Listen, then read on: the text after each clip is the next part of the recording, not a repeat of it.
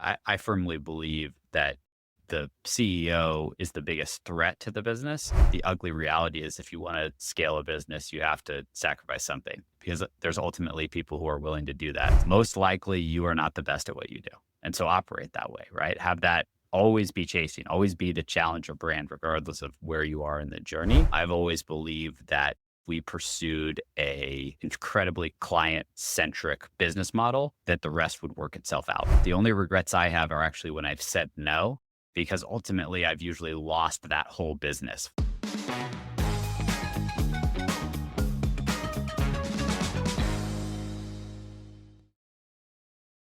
Welcome to another episode of Better Business, Better Life. I'm your host, Debra Chantry-Taylor, and I'm passionate about helping entrepreneurs live their ideal life by creating a better business.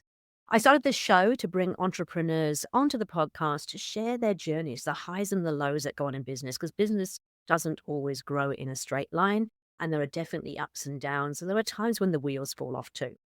So today's guest was a professional photographer at the age of 15. He decided early on in his career that he wanted to create an unagency. And what I mean by that, he was disillusioned with the way agencies worked and wanted to create an unagency. He's now grown that unagency from 1 to 50 people without any outside investment or help. And today he's going to share with you how focusing on growth should be about filling the funnel, putting more in at the top rather than looking at the bottom. Owen Garrity is the founder and lead creative of FPW Media. Welcome to the show, Owen. So welcome to the show, Owen. It's great to have you here this morning. Deborah, thank you so much for having me on. Absolute pleasure. Hey, look, I'm really excited to have a chat to you because we did a quick chat before the podcast, and your story is quite interesting in terms of how you have turned the whole agency world on its head. So, but you weren't an agency owner in the beginning. Tell me a little bit about your journey to get to where you are today. Yeah, there were many years actually where I said I never wanted to be in the agency world at all. So it's funny how things work out. But I had a really non-traditional upbringing. I started doing photography professionally when I was about 15. And so by the time I was out of high school, I was already working with a bunch of larger brands. And so I was in rooms with their agencies and working in some cases directly for their agencies, and saw an opportunity that there was a way to do things differently. And I think agencies in general have a relatively poor reputation. Mostly it's earned, right? It's righteous that they have a poor reputation because for the most part, it is a less than optimal experience for the client. And so photography, I'm going to have to explore that a little bit because I'm a photographer, an amateur photographer myself. But what was it that you loved about picking up a camera? So when I was about 10, 11, I got into a summer camp that one of the components was darkroom photography, black and white darkroom photography.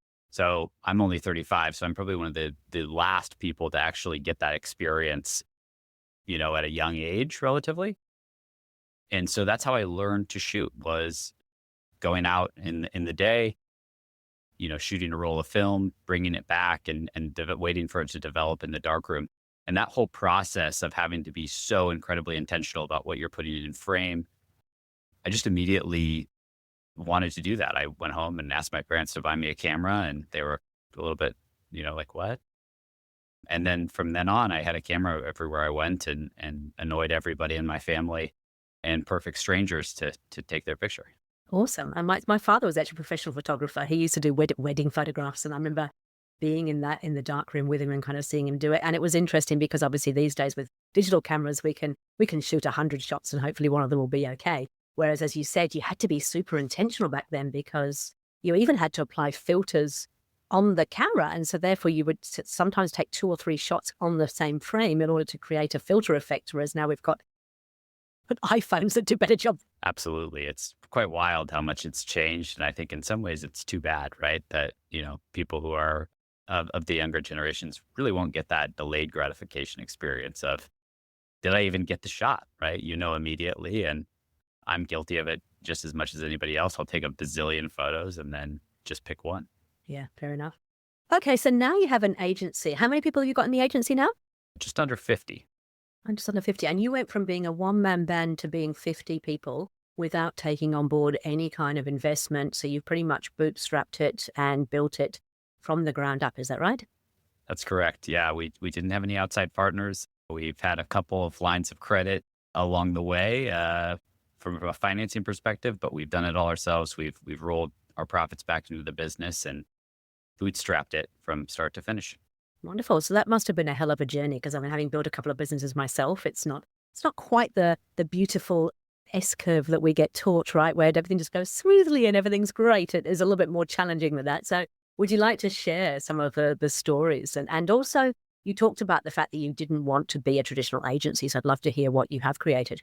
I remember one of the really things that stands out to me was when we first got our first commercial space. So in the beginning, it was just me out of my apartment and then out of a garage. You slowly, it was a tiny room and then it was a slightly bigger tiny room. But eventually it got to the point where we needed a commercial space. So we found about 3,500 square feet of warehouse space that was, affordable-ish. But we I had probably 4.5 months of rent of a 12-month lease when we moved in. So it was, a couple of desks and that's about it, right? Some cameras. And so it was, it was an echo, hello, hello, hello, right? It was kind of comical in how bootstrapped it was. And I remember sitting in the warehouse the first day after everybody that, friends and family had helped me kind of get moved in, done some painting, done some things. And I was looking around and I was like, whoa, I better make this work because it's got to work. Right. And so then from that next day, it was just that mentality of like, this is going to work. And, it did, but it was definitely a very twisty road along the way. How we eventually got into more of the true full agency work, 'cause we started just photo and video. And so it was just that. And the goal was never to become a full agency in the beginning, right? In the very beginning, it was like, we're going to do the photo and video really well. We're going to integrate with agencies. We're going to do all that. Well, as we got more into, like I talked about earlier, as we got more into working with these other agencies, it started to become obvious that our clients were not being served well, right? Like we had video clients, we had photo clients, and they weren't being served well by their traditional agency. And so we started to raise our hand and say, "Hey, we can help you with that." So one of the very first projects, we had a client who was really happy with the shoot we had done and they needed some promotional graphics to go along with it. And they said, "Do you guys do design too?" And I said, "Yeah, absolutely." We'd never done as a design project professionally. Like I knew how to use stuff and so forth, but just that mentality of like, yeah, we're gonna say yes and then we're gonna go figure it out. And we just continually did that as we built the business. And so that, we went outside to hire contractors or to people we knew that could help us out on a per project basis. And so we were able to scale quickly without adding a whole lot of headcount.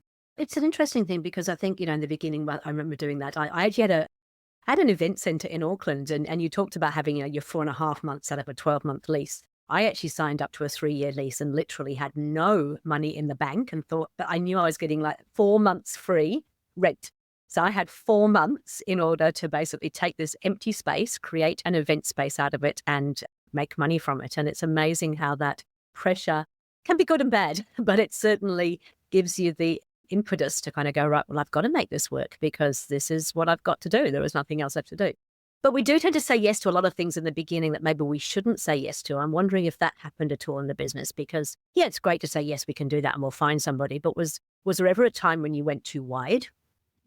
As far as on the client side, I actually don't have very many regrets as far as saying yes. The only regrets I have are actually when I've said no, because ultimately I've usually lost that whole business. The one time I said no because I thought we were a little too far over our skis, so to speak, we then actually lost the majority of that business. What I would say though is that I've said yes to people internally about things along the way that I've regretted, right? I've let people run with too much rope or not enough. And so really the saying yes to things I shouldn't have has all been internal and not so much external. And again, that's an interesting sort of concept, isn't it? Because I know that a lot of business owners listening in will say that they've probably done the same thing. They've given somebody too much leeway, not being very clear about what they expect of them, let them kind of just run with it and then realize it wasn't a great idea. Is there any sort of specific examples you could share around that where perhaps you, because I think it always comes back to us as the leaders is that we haven't been clear about what the boundaries are and what we expect. And then we get disappointed when people don't do what we imagine that they should do. I think the biggest thing for me that as I look back is that I should have trusted my gut in a lot of situations that I didn't, right? I knew that somebody was wrong for the organization or that the way that they were pulling things was not what I wanted to see. And when you're a young leader or just a newly promoted leader, right? Maybe it can look at all different sorts of ways. I think you tend to look externally and to undervalue your own intuition and to undervalue what you think is correct at the expense of good decision making, right? And I whenever I've gone off and looked back and been, man, I really messed that up, it's always been because I didn't go with what I thought the first right answer was. I reconsidered or I talked myself out of something that I should have otherwise done. And so as I've matured in the business, it's, refocusing on what do I actually think is the right thing to do here and why. And ultimately, if that then turns out to be wrong, it's a lot easier to live with than going with the crowd or consensus.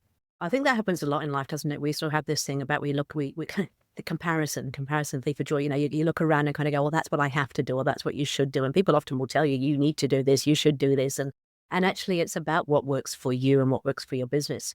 But I'm really keen to understand, how did you get the clarity on what you wanted to build and how did you bring the team on board with what you want to build? I'd love to say that I had some sort of plan that I was executing, but I think within the first year and a half, the business eclipsed my plan, right? I did have a plan in the beginning, but it so quickly was assumed by the reality of what was actually happening. And so since then, I have to say that it's really been about a couple of things. One is putting the client first, absolutely. I've always believed that we pursued a incredibly client-centric business model, that the rest would work itself out. The next is there's almost no problem that growing top line can't get you out of, right?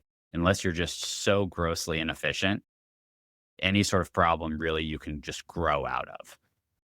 And so rather than being so focused on into the weeds, why is something not working, prioritizing growth and then prioritizing what really matters, right? Which is the client experience. And then number three, trying to bring people in that have skills that I don't have, right? Being very, very honest and realistic about what am I not good at and what should I not be doing. And those combinations have been really just the guiding playbook, right? It's been less about, oh, I want to get to this specific point. It's more, I want to grow this business. And so I'm going to be like water, flow with the least resistance while keeping those three things top of mind. It's interesting, that last point you make, we call it delegate and elevate in EOS, and it's something that often entrepreneurs struggle with, right? Because we do everything in the beginning, but I think we have to recognize that there are some things that we are just shit at. And the sooner we get rid of those things, the better, because that's when we kind of mess things up. But there's also some things that we might be good at, but we don't necessarily enjoy, and it's not the stuff that really makes our heart sing. And in some respects, that can be almost as dangerous, because if you keep doing that stuff, you're not doing the stuff that really adds the most value to the business, to your unique ability, the stuff that really adds the top line revenue to the business, rather than a lot of the stuff that's in the weeds. Have you ever found yourself doing that stuff? Because, well, I'm good at it, so I might as well do it. Absolutely. I think throughout the years, it's kind of, I found cyclical, right? Like as you grow, you start to delegate, but then if things go sideways, the immediate reaction is to jump in and to pull it back. And so I've repeated that cycle many times, unfortunately, because it's hard not to.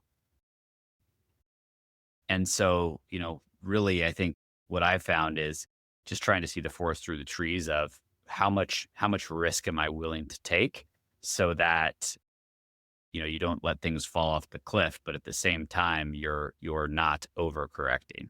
I've said this to a few people. It's like sometimes you have to let people make mistakes. And if they're not going to be big mistakes, it can be the best learning for them rather than you telling them what they should do or might do. If they make the mistake, there's usually a really good learning from it. So it's like how much you wouldn't want to do it with something that was really major, was going to cost you a major client or cost you millions of dollars. But sometimes it's just worthwhile letting go and letting people find their own way through. Absolutely. When you just said that, you've done it, it's a cyclical thing, you've done it a few times now.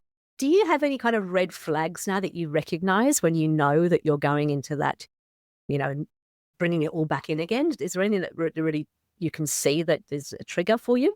Most of them actually kind of go in line with what you said of like, it's also about what do you enjoy doing, right? And I think that my red flag is that when I start to become less satisfied with the day to day, it means that I am taking things back, right? That I am bringing things closer that maybe are not the highest and best use of my time, either because I feel like I have to or because I just am doing something I shouldn't be doing. And that served as a pretty good barometer, right? Because I firmly believe that, the CEO is, especially at a founder run business, is the biggest threat to the business, right? Because if I get burnt out or if I disengage, like the impact of that is so far reaching and can be really detrimental, right? So it's making sure that you're really having those check-in points and being very cognizant of your day to day, because it will tell you a lot. Because, I mean, whilst culture sits with everyone in the organization, it really is the founder who is the guiding light for all of that. And if you're not on your A game and if you're not the one that is, positive, motivated, inspiring, that's going to start to trickle down throughout the whole organization. Yeah, and to be totally honest, like I'm really good at the vision culture. I'm really good at, this is our growth story. This is what we're going to go do. We're going to be amazing from a client services perspective. I am not that good at celebrating internally, right? I am not that good at saying, wow, we did such a good job here, right? I am very problem motivated. I am very growth motivated, but I have a hard time stopping and saying, yeah, let's take a round of applause for ourselves here. So constant struggle there. And I think that's of most visionaries, to be fair. We are very, very good because we're self-critical as well as critical of others, but we are very but we're always looking for the problems we can kind of solve rather than actually celebrating the wins. And I see it so regularly. It's like, come on, the scorecard is a classic one, right? It's like as soon as they're red, it's like they're jumping in there and wanting to get it solved. But what about when we hit green? Shouldn't we be going, yay, that's awesome, team, well done? And we forget to do that a lot, I find. I think most of us just say, what's next? Let's go. Yeah, I want to go back to something you said a moment ago about, increasing the top line revenue can actually solve most of the problems around growth. And it is interesting because what tends to happen, particularly when times are a bit tough, people kind of get really into the weeds around where can we save money? And I'm the exact opposite. I always say, how do we grow the top line? Because as you said, unless you're completely unprofitable or completely inefficient, then in reality, it's bringing more money in is the easier thing because the little cents that you save are not going to necessarily make a big difference, but getting a brand new client that's worth hundreds of thousands of dollars makes a big difference to the business. Yeah, absolutely. And I think that it's sort of, especially if you listen to like people online, right, who are, business coaches or whatnot, is I think people try to overthink it, right? Where, obviously EOS, relatively familiar with that. It really is a very simple system and process at the end of the day. Well, there's a reason for that. I mean, business as a whole, while incredibly complex in some ways, is incredibly simple in others. It's a funnel, right? Comes in at the top and it gets skinny and then smaller amounts come out at the bottom. And so as long as you have that shape, right? As long as you put more in at the top, more is going to come out at the bottom. And so what I found is that it's so easy for leaders to get so focused on, how do I save this little thing here or that little thing there? And it's like, no, I don't want you to think about that at all. We can get there. But right now, I want you to think about is how do we get more up here, right? Because our system is efficient enough that we will still get more at the bottom. And so I just think that most businesses, especially on the smaller side, lose sight of that very quickly to their detriment, right? Like I know other people who have started companies around the same time I did, and they're still a lot smaller because they haven't prioritized that way of thinking of the growth is what brings opportunity. If you're not growing, you're dying, right? As a business. And so just embracing that and institutionalizing that becomes really important.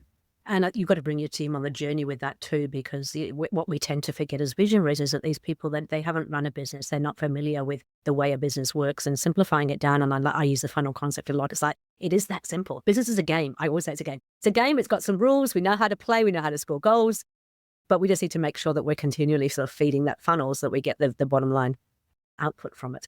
Well, and I think it's really important for everybody's people as well, right? Of like, the only way that I can offer somebody a new divisional head or a new director title is that we've grown, right? Like, most likely, unless there's attrition or something like that, they're not going to necessarily step out of their direct line unless there's this outsized opportunity, right? And so, to be an organization that can offer people a lot of upward mobility, you have to be an organization that grows, right?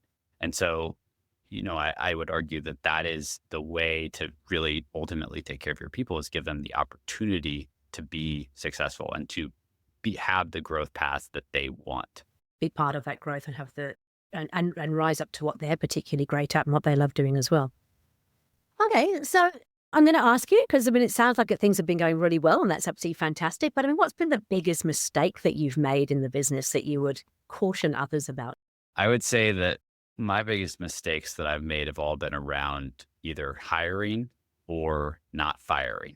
That, the biggest things that have taken us off course as an organization is, I've made hires that I look back and I'm like, wow, that was just really detrimental. It set that whole area back.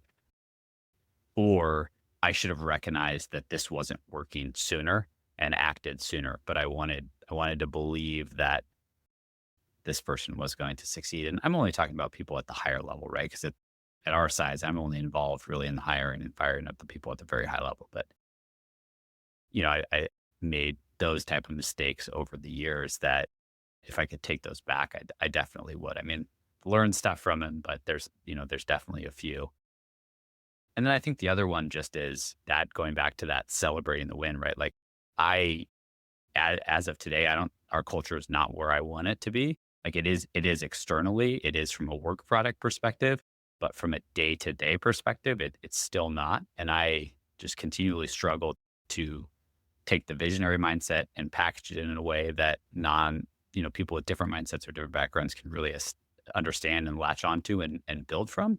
And, maybe if I talk to you in a year, I'll be like, yeah, we've got it. But I think it's always a work in progress, but it's, not getting that right is really detrimental, and you lose good people over the years if you don't have that right. Yeah, absolutely. We talk about right people, right seats, but it is interesting. So I'm sitting here kind of nodding because I've been through this myself. I've made some terrible hires over the times I've been in business. And I guess I've learned a little bit now about, I'm not actually the person who should be doing the initial interviewing, and really I'm there at the end to sort of make sure that they're the right person. But what have you learned? Like, what would you change, or have you changed, I suppose, when you are now looking at employing senior leaders?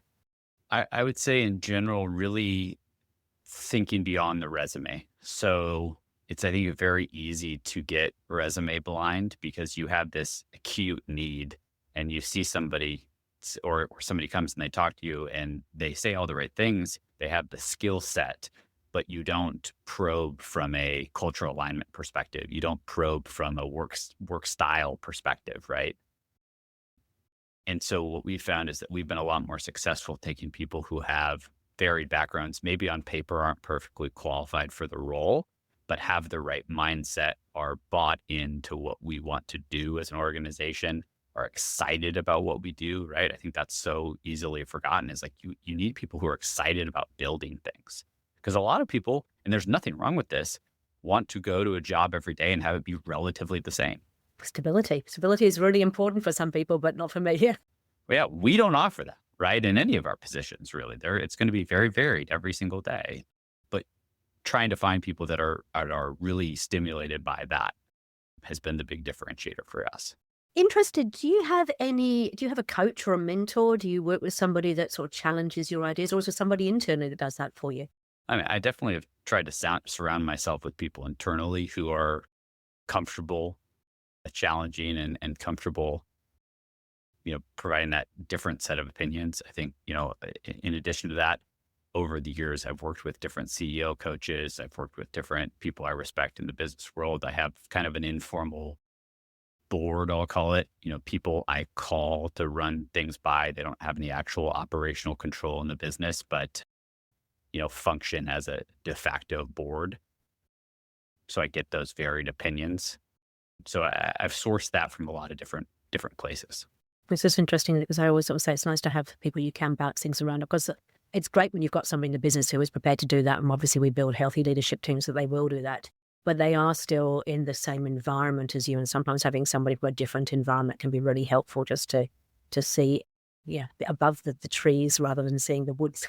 Yeah, and I can't speak that highly enough. I mean, we've also done really well by, having great like legal partners who kind of go on beyond just that, right? Like I talk to our lawyer way more than I need to, but she provides that backstop, right? Of like, what do you think about this? Because she sees so many different people's businesses.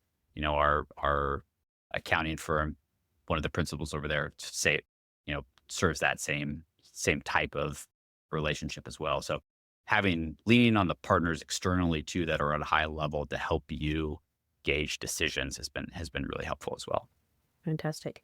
Now, in a fast-growing company, as you said, there's a real danger that the wheels can fall off because you are moving at such a fast pace that maybe everybody isn't keeping up with you. How do you keep the team up to speed? I always use analogies of cars, but how do you make sure that you take the car in for a pit stop and make sure it's performing the best that it can? How do you do that with your team? Yeah, well, I love the car analogy. My thing is always, I'm fine with a wheel falling off. We just can't have more than one, right? Like a wheel can be off at any given time because that's just the reality if you want to grow fast, right? That's how it works. But we need at least three on the car to keep us going down the road.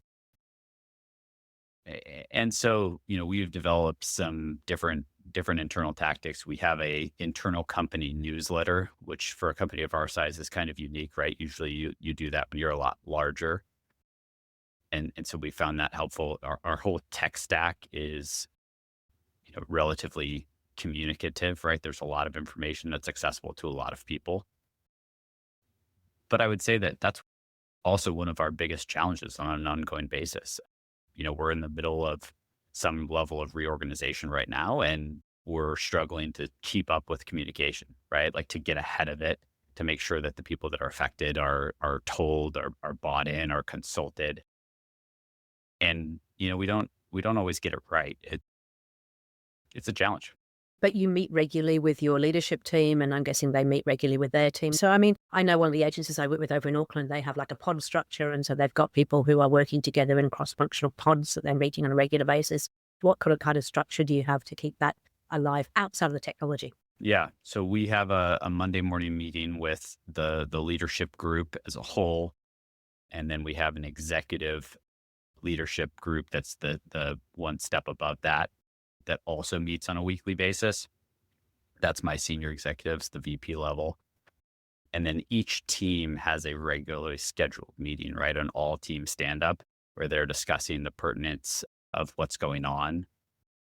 And we want to make sure that everybody can answer some really basic questions of like, what's important right now? What should I be working on? What does success look like? And just really unifying about, at least at the very basic level, are we all moving in the same direction? Or to use a sports analogy, if we're on a field, are we all playing the same sport? Because I think every business is, especially any owner or senior executive, has experienced this feeling where it's like, yeah, we're all in the field, but somebody's playing rugby, somebody's playing American football, and somebody's playing hockey, right? So it's like, Yeah. So, okay, that's another thing come to mind for me. So this whole senior leadership team versus leadership team, because I've had this when I've worked with companies that are growing, and in the beginning, their leadership team, and I use that in quotes because it's certainly other terminology, is really an operational team in terms of it's wide. There's lots of people on there, and it's really getting into the weeds of the day-to-day operations. And I always see over time they realize that really a senior leadership team is more like an internal board. It's a bunch of people who are representing major functions, but they're looking for the greater good of the business and the long-term viability and sustainability of the business. Can you give me a little bit of what do you see the difference between your senior or your executive leadership versus your leadership team?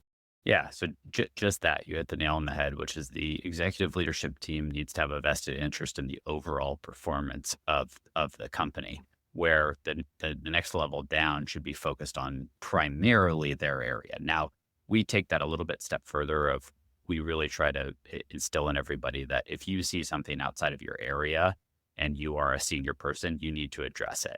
It's not, that's not my area. I'm not concerned about that. If you know it's not what we're trying to do, you need to jump in and fix it if you're there. But I think it also has to do with, aligning compensation, right? Making sure that the incentive structure is set up that the senior level, it's the entire company performance, where at, the lower levels that it's a little bit more tied to what is directly in those people's control. Perfect. I love it. Okay, another question for you, going off a bit of a tangent, but we've talked about some of the challenges you've had. What's been the biggest success you've had, and why do you think it was a success?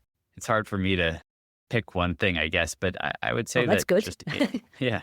Well, like I said, we escaped my initial plan in a year and a half, right? So everything since then has been a success in a lot of ways. But I would say that the biggest successes that I hold close are, having whole divisions that I didn't envision, right? Like having whole areas of the business that have been created because somebody came to me and said there's an opportunity here to do something.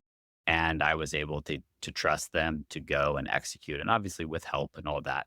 But to see the business outstrip just my individual vision is probably by far the most fulfilling part. That is awesome. So but you mentioned the word trust, and I suppose that's probably come over years of working with people. But you want to have a leadership team that you can trust and who is thinking of the bigger picture, that can actually go, "Hey, what about this? Well, here's an opportunity. This is what it can do." How have you built trust? Because it's hard to let go, right? As a visionary, it really is. I mean, it's you have a vision, you know what you want to achieve, and some of us can be a little bit control freaky-ish. So it's like, what do you do? How have you managed to build trust and so you actually can let go and let them run with it? Yeah, at least for me, and I wish I had a more complex answer, but it's just reps, right? It's really just seeing how people perform with different inputs over and over again and being able to give them your opinion and your coaching to a point where you have this level of confidence that they're just going to get it done, right? And in many ways, when you start to see them do it in a way that you wouldn't have considered, but is more effective, that the outcome, right? Like we are very outcome based as an organization. We try really hard not to get too caught up in the how, but it's because at the end of the day, it's what is the most efficient way from A to B. And so it's all we care about is the did we get to B. And so when you start to see people that you're working with get to be faster or easier or better than you would have, that's where it's really easy to start trusting.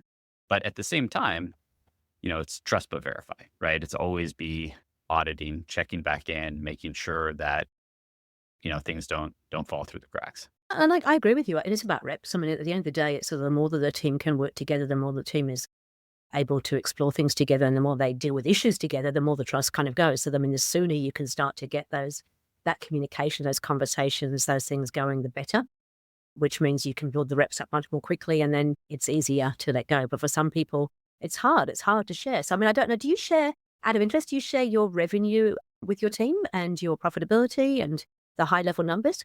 Yeah. So it depends on what level. So we at the executive level, it's open book. So if you're an executive, you see everything. There is no I see this, you don't see that.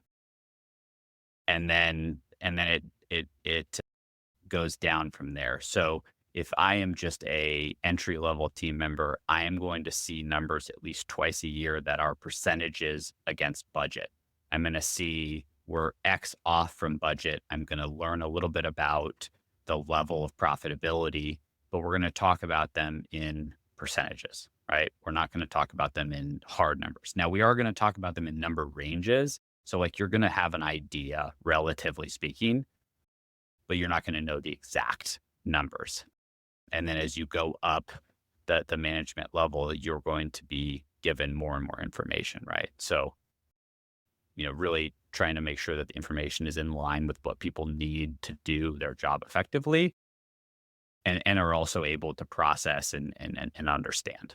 Yeah, that makes sense, because I know a lot of people, a lot of owners really are nervous about sharing numbers, but I think if you don't share the numbers, people don't understand. You've got to bring them on the journey to understand how a business operates, and let's face it, a business has to be profitable to operate. So No, but I love that earlier on you spoke about it isn't about profitability just for the owner, but it's about being able to grow the business, reinvest, so you can actually then create a better pathway for people going forward. Yeah, and one of my executives on the operational side, I think, I can't remember exactly what she said, but it's, we try to share the numbers with the level of context. So like we're willing to share almost anything as long as we believe that that job has the context to do good with the numbers, right?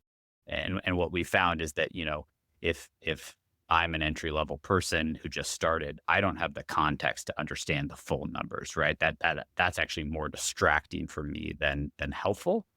But as the context builds, we're able to share more and more. I love it. That's really good. Okay, great. So what's next? Mr. Visionary, where do you see yourself going in the future? Yeah. So I have a couple strategic acquisitions, that are bouncing around in the head. So hopefully we see one or two of those come to fruition. Outside of that, it's new service offerings, continue to lean really heavily into AI and AI adjacent services.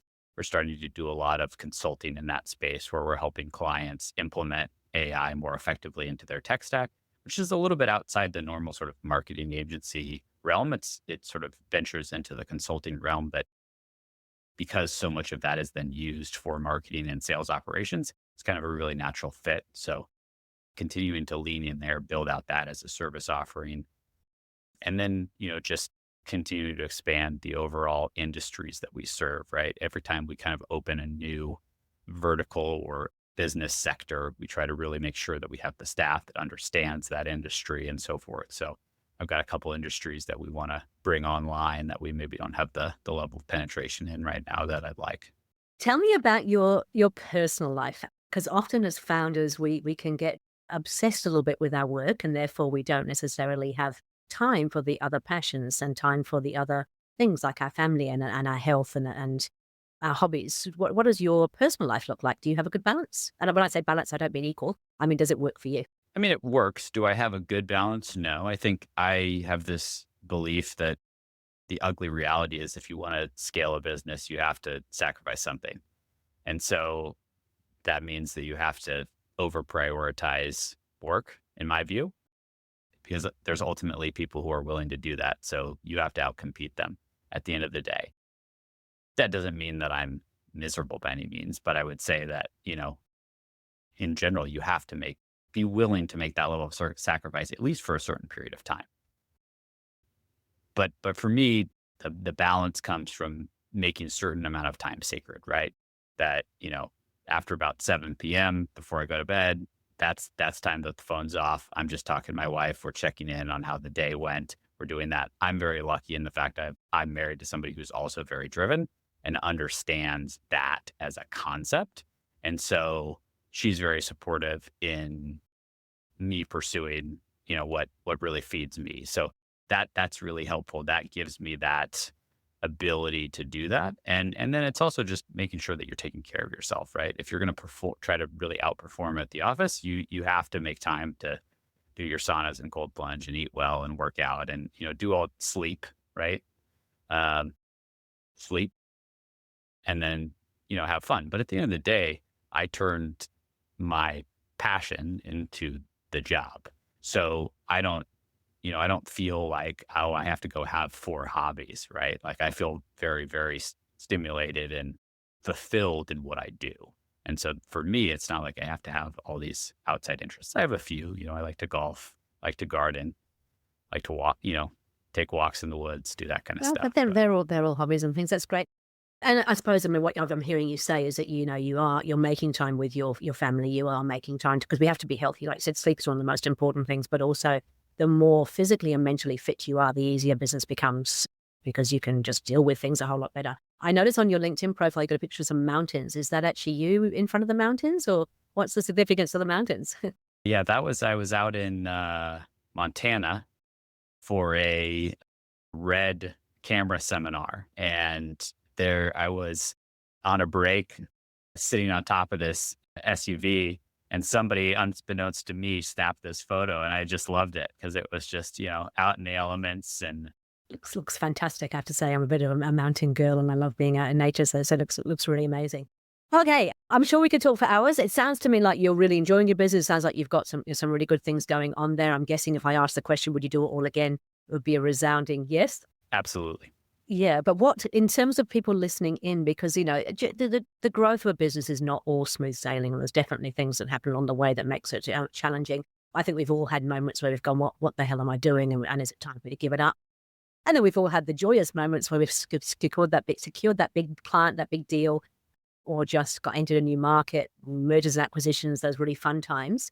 But what would be the three kind of top tips or tools you would give to the listeners listening in who are perhaps building a business? So number one is make sure that you are taking care of your client, right? Or your customer or whoever it is. And I think that it sounds overly simplistic, but truly my experience has been that if you do that, everything else works itself out, right? Like if you are actually taking, because so many people don't, so many businesses don't, either because they don't want to, they don't understand their customer, they don't understand the client, or their ego gets in the way, right? I see a lot of, especially in our industry, a lot of egos get in the way of actually serving the client. And so if you can put that first and foremost, it's gonna everything else is gonna work itself out, right? Number two is don't let your ego get in the way, right? Most likely you are not the best at what you do. You might be good, but you're not the best. And so operate that way, right? Have that always be chasing, always be the challenger brand, regardless of where you are in the journey, because that continues to keep things moving in the right way, so to speak, right? And then lastly is, or at least for me, is just have that growth mindset, right? Like believe that you are running a business that is going to continue to grow.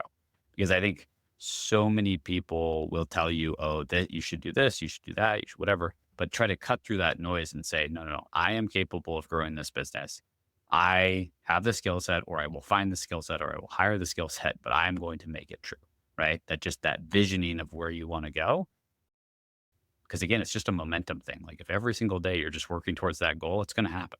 And clarity creates confidence. If you're really clear about where you're going, then everything else tends to fall in place. I mean, I don't believe you write something down, it just happens. But if you're really clear about that's where you're headed, you just start to work with the things you can control. And lo and behold, the focus gets you to where you need to go in the end. Yeah, great. Hey, that's really, really helpful. I've really enjoyed talking with you. I'm really excited about your journey. I can't wait to see how it kind of continues to grow over the next few years.